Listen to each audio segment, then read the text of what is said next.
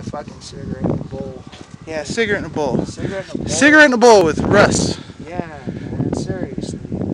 Fuck. So, what brought you out here?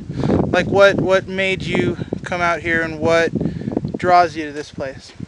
Even the very first time I came out here, which was like a couple weeks ago. And climb up a fucking mountain. I don't know. I think maybe God. So God told you to climb up a mountain? You know, I don't know, man. One day, I forget, and I was in a rut. You know, I had been doing the same routine for like a month, maybe more.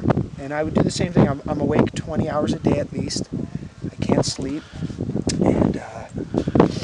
And so I would wake up and I'd exercise for like 3 hours every morning in the backyard. And that, you know, that's kind of like as self-gratifying as masturbation, you know, going in the backyard and exercising.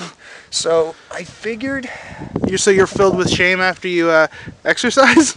No, I ain't filled with shame after I masturbate either, really. There's just definitely a towel I'm not going to use for a little while after either.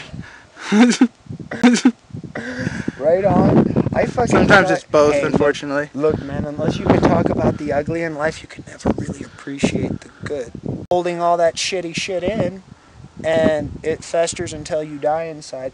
And you know, I'm sorry, I just have to strongly advocate the fact that unless you really take time to slow down and just give yourself a minute wherever you're at to forget about your problems, you're never really going to be complete with life.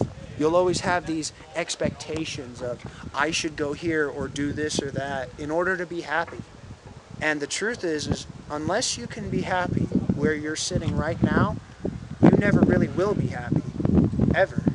You really have nothing left to feed off of. Society's taken away for only a moment. I get pissed off because there's other people out here. 99% of them are either too stupid to converse with, don't want to waste my time with, or too smart for me, and they know it, so I really don't want to be around them. Do you honestly run into people who are too smart for you? No.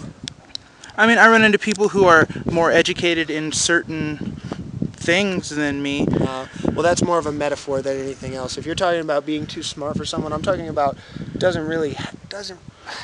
Are you talking about an unwillingness to open your mind to learn something new, which I struggle with, you know, and I find that as a fault in other people because I struggle with it. There are definitely people who are too cool for the room. Those people who are just like, oh yeah, I've been there, done that kind of bullshit, or you know, they try and suck the joy out of things. You talk about Red Rock and everybody talks about, oh, it was better, and I forget, what did they call it? Just because the person I'm talking to who is struggling with that, you know, that's everybody. Everybody gets a little piece of that. Some people have it all the time. Some people... Sorry, I lost my train of thought.